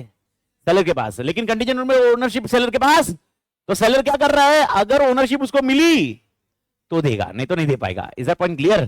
तो मेरे को बताओ how to differentiate future goods and contingent goods. Future goods and contingent goods में कैसे डिफरेंशिएट करोगे? फ्यूचर गुड्स में जब कॉन्ट्रैक्ट हुआ तब गुड्स एग्जिस्टेंस में ही नहीं है, समझ, एग्जिस्टेंस में ही नहीं है, और कंटिंजेंट गुड्स पर सेलर के पास नहीं है। कुछ समझ में आया? क्लैरिटी है? पक्का? तो मेरे को बताओ गुड्स कितने प्रकार के हैं? ओके 3 प्रकार के हैं। Is that point clear? आप जिधर से वॉच खरीदते हो उसको अरेंज करवा के दो, ऐसा बोला, वो कंटिंजेंट गुड्स होगा क्या? ओके देखो कंटिंजेंट गुड्स उसको मिली, अगर वो मेरे को कॉन्ट्रैक्ट करते हुए बोलता है कि ये वॉच मिली तो मैं आपको दूंगा, ये वॉच मिली तो मैं आपको दूंगा, ये कौन सा गुड्स हुआ? कंटिंजेंट। क्लियर है बड़ी? ओके एक है उसके डिस्ट्रीब्यूटर के पास या किसी के पास पड़ी है और वो बोल रहा है मैं भिजवा दूंगा आगे, जब मेरे पास आएगी तब मैं भिजवा दूंगा। ओनरशिप अभी उसकी है पर किसके पास है? डिस्ट्रीब्यूटर के पास। समझ में आ रहा है? यानी उसको उसकी ही है, तो ये कौन सा गुड्स हुआ? फ्यूचर गुड्स के स्पेसिफिक गुड्स। उसके डिस्ट्रीब्यूटर के पास पड़ी हुई है, उसके पास नहीं है। ओके मेरा मेरा बंदा किधर है? हैदराबाद, रमेश वॉच कंपनी, ठीक है, उसका डिस्ट्रीब्यूटर एक चेन्नई में, एज्यूम करो। ओके मेरे को घड़ी पसंद आई, ओके ये समझ, ओरिस की घड़ी पसंद आई, एकदम एकदम यूनिक ट्रेडिशनल, ऐसे दादाजी की घड़ी लगनी चाहिए ऐसे, मतलब ऐसे, तभी कोई कोई थोड़ा सा और आगे जाऊंगा फिर मैं आदि को दूंगा, समझ रहा है? फिर आदि अपने बेटे को देगा, फिर आदि का बेटा जो रहेगा वो क्या बेटा बेटी जो भी है, मतलब I am not hashtag of discrimination, I am okay with anything, वो जो भी है मेरे को कोई टेंशन नहीं, आई एम ओके विथ, बस ऐसा। तो आगे जब जाएगी घड़ी तो आगे क्या बोलेगा? दादाजी ने दी, क्या यूनिक घड़ी है, कौ परवा, ऐसा, समझ रहे? और फिर वो लगेगी भी ना दादाजी की दी हुई। अभी वो जो मॉडर्न घड़ी है वो लगती भी नहीं कभी कभी। तो ये घड़ी चेन्नई में पड़ी है, समझ में आया किधर पड़ी है? और मैंने बोला मेरे गुड्स है, गुड्स घड़ी उसके पास ही है पर चेन्नई में, उसके पास नहीं है। ये कौन सा गुड्स है? एग्जिस्टेंस या फ्यूचर? तांडव करूंगा मैं, तांडव करूंगा मैं, क्योंकि मैं बहुत अच्छे से डिफाइन कर चुका हूं, अच्छे से डिफाइन कर चुका हूं कौन सा गुड्स है। एग्जिस्टेंस, एग्जिस्टिंग गुड्स या फ्यूचर गुड्स? Existing goods. क्यों? ओनरशिप छोड़ दो, ओनरशिप तो ठीक है वो बात का इशू है, पहला पॉइंट जब कॉन्ट्रैक्ट हुआ गुड है या नहीं है तो बात खत्म। तो फ्यूचर गुड्स कब होगा? ओके मैंने उसको बोला रैडो घड़ी बनाने वाली है एक ऐसी वाली घड़ी, तो रैडो को बोलो ऐसी तोड़ घड़ी बना के मेरे लिए बना के देवे, बोले मैं करवा दूंगा। रेडो को बोलूंगा रेडो तोड़ घड़ी बनवा के देगा, तोड़ लिख के पूरा बनवा के देगा। कौन सा गुड्स? Future goods. समझ में आया? तो घड़ी अभी अवेलेबल है, अब उसके डिस्ट्रीब्यूटर के पास है, इसलिए ये एग्जिस्टिंग गुड्स हुआ। लेकिन अगर ये इसके पास नहीं होती, किसी और के पास होती, ये बोलता है अगर मेरे को मिल गई तो मैं तुम्हें दे दूंगा। Contingent goods. कुछ समझ में आया? तो कंटीजेंट गुड्स के लिए मेरे को ज्यादा स्ट्रेस नहीं है। कंटीजेंट गुड्स एक कॉन्सेप्ट है जो डिस्कस किया हुआ है, but I hope this point is very clear eight everybody's and. मेरे को बताओ गुड्स कितने प्रकार के? आवाज, नाम, कंटीजेंट, शिपिंग बड़ी। ठीक है, बढ़िया, आगे बढ़ते हैं। एग्जिस्टिंग गुड्स को हम और 3 प्रकार में ठोक सकते हैं सर। एग्जिस्टिंग गुड्स को और 3 प्रकार में ठोक सकते हैं सर। पहला प्रकार कौन सा? Okay, first is specific goods. Sir what is, मैं वापस बोल रहा हूं स्पेसिफिक गुड्स, ये सब क्यों चाहिए डेफिनेशन? 2 कारण। पहला तो यूनिट 1 में मेरे को काम आएगा, और दूसरा कारण यूनिट 3 पूरा इसके ऊपर है, क्योंकि गुड्स कैसा है उसके हिसाब से प्रॉपर्टी देगी, उसके हिसाब से डिलीवरेबल स्टेट है कि नहीं है, मल्टीपल एलिमेंट डिस्कस किया जाएगा। तो लॉजिक लगाइए। सबसे पहला कौन सा गुड्स? मुझे यही फोन चाहिए। ओके, दुकान में गए, मुझे ये चाहिए, दिखाओ। ओके, दिखाया, ये दिखा, हाँ मैं ये ले रहा हूं। Specific goods. एक तो एग्जिस्टिंग तो है, तो एग्जिस्टिंग में कौन सा हुआ? Specific goods. Okay, I hope समझ में आया। आप गए शॉप में, बोला टाटा नमक का एक पैकेट दो, टाटा नमक का एक पैकेट दो, स्पेसिफिक नहीं, क्योंकि वहां पर टाटा नमक के 10 पैकेट पड़े। आपका कौन सा पैकेट है? कुछ लॉजिक समझ रहा है? आप जब आ रहे हो, आप बोलो टीवी यही ले रहा हूं मैं, मोबाइल यही ले रहा हूं मैं, ओके, रिमोट यही ले रहा हूं मैं। कौन सा गुड्स? Specific goods. शिपिंग बड़ी। तो फिर मेरे को बताओ, ओके, आराम से, इसको क्लैरिटी पे आएगा और क्लियर आएगा। फर्स्ट घंटे के इसमें जा रहे हो, आराम से जाओ। ओके, स्पेसिफिक गुड्स, शिपिंग सबको। ओके, अभिषेक परफेक्ट, तोड़ बड़ी तोड़, लॉजिक समझाओ। ओके, स्पेसिफिक गुड्स मतलब आपने सिलेक्ट कर लिया। दूसरा पॉइंट है, ओके, दूसरा पॉइंट मैं बता रहा हूं, वो है अनअसर्टेन गुड्स। कौन सा गुड्स? तो मेरे को बताओ अनअसर्टेन गुड्स कौन से हुए? आपने ऑर्डर दे दिया, मुझे एक टाटा का नमक का पैकेट चाहिए। उधर कितने नमक के पैकेट पड़े थे? 10। ओके, आपने ऑर्डर दे दिया ना, कॉन्ट्रैक्ट ऑफ सेल हुआ। ओके, कॉन्ट्रैक्ट ऑफ सेल हुआ, तब गुड्स एग्जिस्टेंस में थे कि नहीं थे? इसलिए वो एग्जिस्टिंग गुड्स है। पहला पॉइंट समझा? ये फ्यूचर में नहीं आएंगे, कंटीजेंट भी नहीं आएंगे, ये समझ में आया? पर एग्जिस्टिंग में क्या ये स्पेसिफिक गुड्स माना जाएगा या अनअसर्टेन माना जाएगा? क्यों अनअसर्टेन? लॉट में पड़ा है। अगर कोई गुड्स लॉट में पड़ा है और वो लॉट सेपरेट नहीं हुआ है, इसको हम कौन से गुड्स बोलते हैं? अनअसर्टेन्ड। भारत माता की शिपिंग क्या बड़ी, आराम से जाना, आराम से, अनअसर्टेन्ड। तो अब मेरे को बताओ, फिर तीसरा नाम दे रहा हूं मैं तुम्हें, असर्टेन्ड गुड्स कौन से हुए? असर्टेन्ड गुड्स कौन से हुए? असर्टेन गुड्स कौन से हुए? वो लॉट में से आया, एक नमक का पैकेट लाया, रख दिया। कौन सा गुड्स अभी? असर्टेन। अब स्पेसिफिक नहीं है, स्पेसिफिक अलग है, असर्टेन अलग है। असर्टेन को लॉ ने डिफाइन नहीं किया, इसका डेफिनेशन लॉ में नहीं है। इन दोनों का डेफिनेशन तुमको मिलेगा, इन 3 का डेफिनेशन मिलेगा, इन 2 का मिलेगा, ये नहीं मिलेगा। पर ये जुडिशियल प्रोनाउंसमेंट से आए हैं, केस लॉ से आए हुए आंसर। तो सबसे पहले एकदम आराम से समझिए। सबसे पहले मेरे को बताओ, क्या एग्जिस्टिंग गुड्स और फ्यूचर गुड्स में क्लैरिटी है? ठीक है, तो अगर मैं अगले साल टमाटो उगाने वाला हूं तो फ्यूचर गुड्स। टमाटो मेरे गोडाउन में पड़े हैं और तुमने अभी ऑर्डर दिया। अच्छा, तुमने बोला 10 किलो टमाटर दे दीजिए और टमाटर गोडाउन में पड़े हैं, कौन सा गुड्स? एग्जिस्टिंग है, पर एग्जिस्टिंग में 3 और 3 में से कौन सा? स्पेसिफिक, अनअसर्टेन या असर्टेन? अनअसर्टेन। समझ में आया? फिर मैं फैक्ट्री में गया और 10 किलो टमाटर अलग से निकाल दिए, असर्टेन। समझा बड़ी? ओके, स्पेसिफिक कब होंगे? फिर what is the difference between specific and ascertain, इसको मेरे को समझा दो।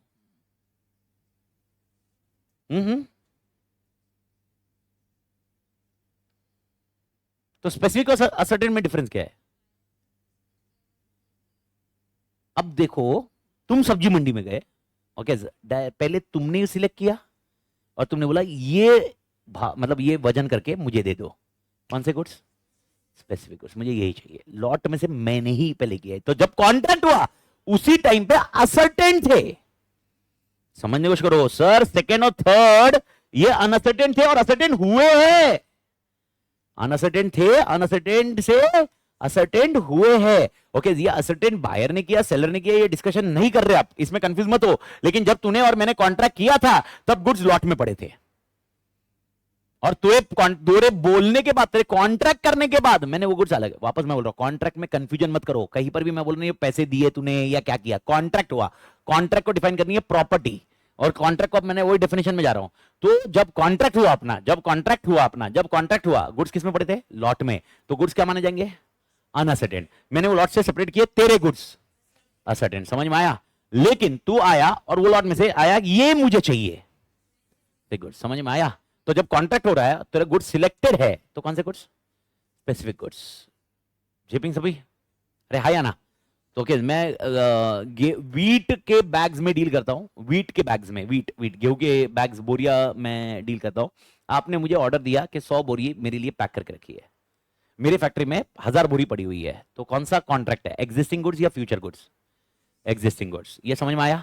और एग्जिस्टिंग में कौन सा, असर्टेन्ड, असर्टेन्ड, अनअसर्टेन्ड। पक्का समझा, क्यों अनअसर्टेन्ड, क्योंकि अभी भी लॉट में है, समझा। और मैं आपको बता रहा हूं इससे कितना खतरनाक, बहुत सारी चीजें इसके अंदर आती हैं, और ये सेक्शन 20, 21, 22, 23 में मरवाएगा। ये गुड्स की प्रॉपर्टी कब ट्रांसफर होगी, स्पेसिफिक गुड्स की प्रॉपर्टी ट्रांसफर कैसे होगी, असर्टेन की प्रॉपर्टी ट्रांसफर कैसे होगी, इसीलिए इसके डेफिनेशन ध्यान रखने जरूरी है। तो मेरा पहला पॉइंट, मेरे को बताओ, ओके, अगर मैं बोला तुमको अगले साल ये कपड़े शर्ट 1000 शर्ट बना के दूंगा मैं तुम्हें, कौन सा गुड्स, फ्यूचर गुड्स। मेरे फैक्ट्री में शर्ट्स पड़े हुए हैं 1000 शर्ट्स एग्जिस्टिंग, ओके। तुमने बोला भाई तुम्हारे फैक्ट्री में 1000 शर्ट है, उसमें से मुझे 100 शर्ट चाहिए, अनअसर्टेन। मैंने 100 अलग करके रखे, समझ में आया। पर ये स्पेसिफिक नहीं हुए, स्पेसिफिक मतलब समझा, स्पेसिफिक मतलब बायर ने बोला मुझे यही चाहिए। अच्छा, अनअसर्टेन से असर्टेन कौन करता है, बायर भी कर सकता है, मैं वही समझा रहा हूं आपको। कौन कर सकता है, बायर भी कर सकता है, सेलर भी कर सकता है, बायर का आदमी भी कर सकता है, कोई भी कर सकता है। पर आपको क्या समझना है, कैसे कैसे डिफाइन करना है, अनअसर्टेन से असर्टेन हुए और स्पेसिफिक में क्या डिफरेंस होगा। बायर स्टार्टिंग में ये गुड्स लेके आया और बोला मुझे यही चाहिए, स्पेसिफिक, ओके, समझा। और अगर बायर ने ऐसा नहीं बोला, बायर ने कुछ बोला भाई मेरे को भिजवा दो, तो कौन सा गुड्स। अच्छा, तुम शॉप में गए, टीवी के शॉप में, बोला मेरे को यही टीवी चाहिए, समझा, मेरे को ये क्लास ऑफ टीवी आप फैक्ट्री से मंगा के रख दीजिए। फैक्ट्री में 10 टीवी पड़े, अनअसर्टेन, ओके। फैक्ट्री वाले को फोन करके बोला एक काम कर, वो एक टीवी बाजू में निकाल के रख इस कस्टमर के लिए, समझा बड़ी। मेरे ख्याल से अभी लॉजिक समझ में आते जा रहा है।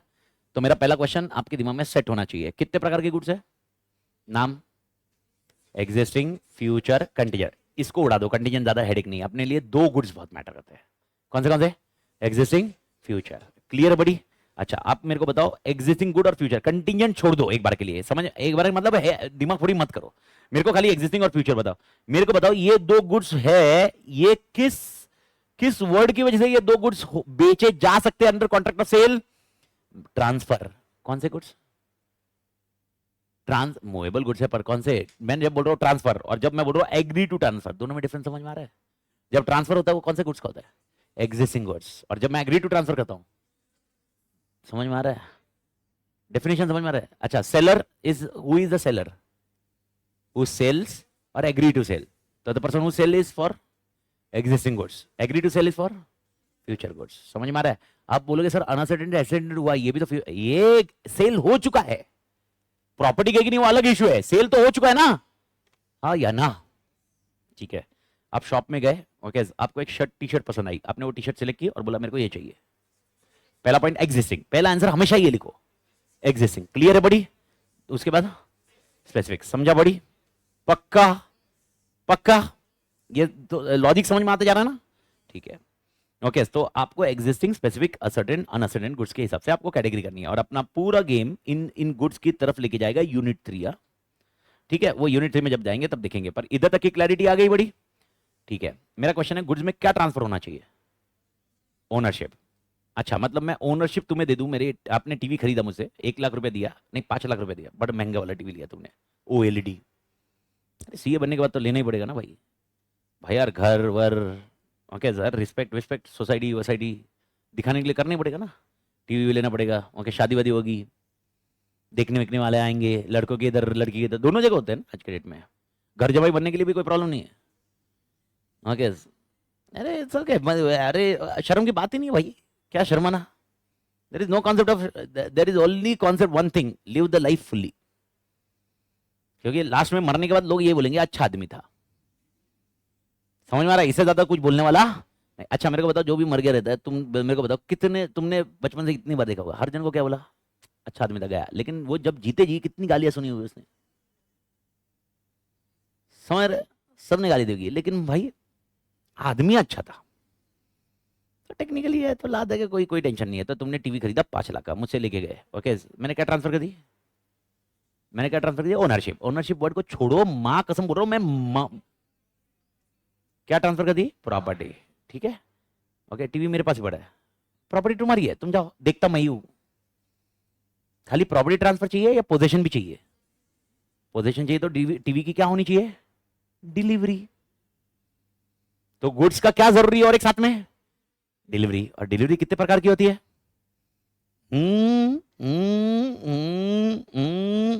डिलीवरी डिलीवरी होती है 2 प्रकार की, निगोशिएबल में। कौन सी नाम बता? एक्चुअल, दूसरा कंस्ट्रक्टिव, याद आया करे, और तीसरा इधर याद रख, सिंबॉलिक। तो याद रखना, और इसका मसाला अलग है, उधर का मसाला अलग है। उधर का एक्चुअल डिलीवरी मतलब किसको दिया, जो भी होल्डर है, और कंस्ट्रक्टिव मतलब एजेंट। इधर थोड़ा सा थॉट प्रोसेस अलग लगा। Delivery of goods here, okay, is actual. Example, तू आके टीवी लेके निकल गया, तू खुद लेके निकल गया, is called actual delivery. Constructive delivery, okay, TV मेरे वेयरहाउस में पड़ा था, मैंने वेयरहाउस को बोला इसका टीवी अलग से निकाल के रख दे, वेयरहाउस वाले ने टीवी अलग से निकाल के रखा, और तुम्हें फोन किया, मैं आगे लाइन पूरी यूज कर रहा हूं, तुम्हें कि तुम्हारा टीवी मैंने सेपरेटली कर लिया, तुम्हारा टीवी मैं होल्ड कर रहा हूं। यानी जो पहले सेलर का एजेंट था, अब वो किसका एजेंट हो गया, बायर का। मतलब अभी भी टीवी किधर है, वेयरहाउस में, ओके, वेयरहाउस वाले के पास होल्ड हो रहा है, ओके। पहले वो वेयरहाउस किसके लिए होल्ड कर रहा था, सेलर के लिए, अभी किसके लिए होल्ड कर रहा है? क्या वो वेयरहाउस वाले ने इंटीमेशन किया, क्या अब टीवी तुम्हारा हो गया है? यस, क्योंकि ये डिलीवरी कौन सी मानी जाएगी, constructive, kind of agent only. But agent का इधर क्वेश्चन, इधर पॉइंट क्या है, एजेंट ने क्या करना चाहिए, जब तक वो फोन नहीं करेगा तब तक डिलीवरी नहीं मानी जाएगी। नहीं समझा? समझा? तो एक्चुअल डिलीवरी और कंस्ट्रक्टिव डिलीवरी में डिफरेंस क्या है? एक्चुअल डिलीवरी में पोजीशन किसके हाथ में आता है, बायर। क्या फिजिकल एक्सचेंज ऑफ गुड्स होता है? कंस्ट्रक्टिव में फिजिकल एक्सचेंज ऑफ गुड्स नहीं होता, गुड्स जिधर थे उधर ही है। बट जो इंटरमीडियरी है वो किसको, सेलर का पहले इंटरमीडियरी एजेंट था, अब वो किसको फोन करके बोल रहे हैं मैं एजेंट हूं, बायर। तो ये कौन सी डिलीवरी मानी गई, constructive delivery. Is the point clear? और तीसरी डिलीवरी है सिंबॉलिक। सर सिंबॉलिक डिलीवरी मतलब क्या? ओके, मेरे को बताओ ये टीवी तुम्हारा हो गया है, कैसे मालूम, कैसे प्रूव करोगे? इनवॉइस। इनवॉइस को अपन नाम देंगे डॉक्यूमेंट ऑफ टाइटल। क्या नाम देंगे, डॉक्यूमेंट ऑफ टाइटल। वापस last point for the day बड़ी, document of title. Document of title मतलब एग्जांपल, इसमें इनवॉइस नहीं सर नहीं है, मैं लास्ट पॉइंट है, क्योंकि अभी इसके बाद कुछ भी पढ़ा है तो अलग कॉन्टेक्स्ट में जाएगा। पर आई होप ये क्लियर है। सब लोग दिन में अरे सर आ गया क्या, क्योंकि सर ने बोला लास्ट पॉइंट है। अरे झंपे लोग, पंटर समझा क्या, आवाज नहीं आ रही है? तो ये क्या है, document of title. Sir document of title क्या हो सकता है, मल्टीपल चीजें, आप जो चीज देना चाहते हो, परचेज इनवॉइस अपने एग्जांपल है, dock warrant, shipping point, courier वाले की invoices, okay, railway receipts, railway पे ट्रांसपोर्ट में जाते हैं, कुरियर वाला आपको ट्रांसपोर्ट में जाता है, ये डॉक्यूमेंट ऑफ टाइटल है। ये डॉक्यूमेंट ऑफ टाइटल जब मेरे से तेरे पास आता है, इसको कौन सी डिलीवरी बोलेंगे, सिंबॉलिक। गुड्स अभी भी मेरे वेयरहाउस में पड़े हुए, गुड्स अभी भी मेरे वेयरहाउस में पड़े हुए हैं। तो मेरे को बताओ how many types of delivery are there, 3। नाम, एक्चुअल, कंस्ट्रक्टिव, सिंबॉलिक। अगर पेपर गुड्स नहीं हुए, फिजिकली एक्सचेंज नहीं हुए गुड्स, पेपर से गुड्स तेरे मेरे हो गए, सिंबॉलिक। समझा? कोई एक पर्सन बैठा है, वो बोल रहा है पहले इसका था अब तेरा है, कंस्ट्रक्टिव। और तू खुद आके गुड्स लेके गया, ओके, एक्चुअल। आई होप ये पॉइंट क्लियर है, हाँ या ना? सर यानी सबसे इंपॉर्टेंट पॉइंट डिलीवरी के लिए क्या चाहिए, document of title. Anything can be document of title. उसकी एग्जांपल दी हुई, रेलवे रिसीट्स हो सकता है, एग्जांपल, ओके। अब मेरे को बताओ कुरियर वाला आया, ओके, कुरियर वाला आया, कुरियर वाला आया, कुरियर वाला मेरे आप गुड्स लेके जाएगा आपके। आई होप एवरीबॉडी क्लियर? तो कुरियर वाला जब गुड्स लेके जाएगा, सोच समझ के बताइए, कुरियर वाला डायरेक्टली लेके जाएगा या रिसीट लेके जाएगा? Receipt is nothing but which delivery, document of title, it is called which delivery, symbolic delivery. Bharat माता की जय, झेपेंगे बड़ी। तो मेरे को बताओ कितने प्रकार की डिलीवरी है, 3 में एक्चुअल, कंस्ट्रक्टिव, सिंबॉलिक। और सिंबॉलिक में मैं क्या करता हूं, document of title, okay. Constructive में मैं क्या करता हूं, गुड्स का फिजिकल एक्सचेंज नहीं होता है, लेकिन यहां पर जो इंटरमीडियरी या एजेंट जो होगा, क्या वो एक्नॉलेज करेगा? किसको एक्नॉलेज करेगा? बायर को। और एक्चुअल में एक्सचेंज ऑफ गुड्स। भारत माता की जय। जेपिंग क्या बड़ी पक्का? तो मेरे को बताओ कॉन्ट्रैक्ट ऑफ सेल क्या होता है? Contract of sale of goods is contract where by seller okay transfer और एग्रीज टू ट्रांसफर क्या? Property in of goods. Property of goods, property मतलब ओनरशिप, लेकिन ओनरशिप वर्ड यूज नहीं करने का। Property of to for a price. Bharat माता की shipping का बड़ी। तो फिर एक खाली लास्ट आंसर, एक लाइन का पॉइंट। ओके मेरे को बताओ क्या ये कॉन्ट्रैक्ट ऑफ सेल कॉन्ट्रैक्ट है क्या? क्योंकि पहली लाइन में लिखा है ना कॉन्ट्रैक्ट ऑफ सेल इज है, तो कौन सा सेक्शन अप्लाई करना होगा? Section 10 of Indian contract act, यानी valid requirements of essential requirements of a valid contract, यानी free consent, okay lawful consideration, lawful object, capacity to enter into a contract. याद है ना बड़ी? तो टेक्निकली कॉन्ट्रैक्ट ऑफ सेल का context ये है। बाकी अपन कल देखेंगे। असला वेस्ता। ओके कुछ पढ़ने की जरूरत नहीं है, कल अपन इसको फ्लो में देखेंगे। क्लोज करेंगे रीड में। Yes madam. कंस्ट्रक्टिव के अंदर डॉक्यूमेंट ऑफ टाइटल, इंटरमीडियरी और एजेंट, उसके ऊपर इंटरमीडियरी और एजेंट, वेयर हाउस वाला, warehouse keeper, security guard जैसा नहीं पर कीपर। सिक्योरिटी गार्ड फोन करके कुछ भी नहीं बोले तो नहीं जमता। कीपर, तोड़ मालिक।